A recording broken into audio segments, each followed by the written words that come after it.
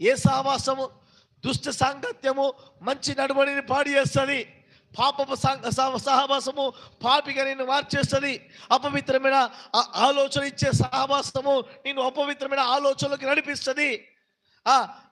తాగుబోతు సహవాసము నేను త్రాగుబోతు చేసేస్తుంది. ప్రార్థించే సహవాసము నేను ప్రార్థన పర్రాలుగా, ప్రార్థన వీరుడిగా చేస్తుంది. హల్లెలూయా చెప్పండి, హల్లెలూయా. సోమరి వాళ్ళతో సహవాసం చేస్తే నీవు కూడా సోమరి అయిపోతావు. హల్లెలూయా. సోమరులందరూ మారిపోను గాక. హల్లెలూయా. ఏం కావాలి? అయ్యా, సంఘము ప్రార్థించే సంఘం కాదు, సహవాసం చేసే సంఘం కావాలి. ఏ సంఘం అయితే సహవాసం కలిగి ఉంటుందో, ఇగో ప్రాబ్లం ఏం తెలుసా? మనకి ఇష్టమైన వాళ్ళకి ప్రైజ్ రాడి చెప్తాం.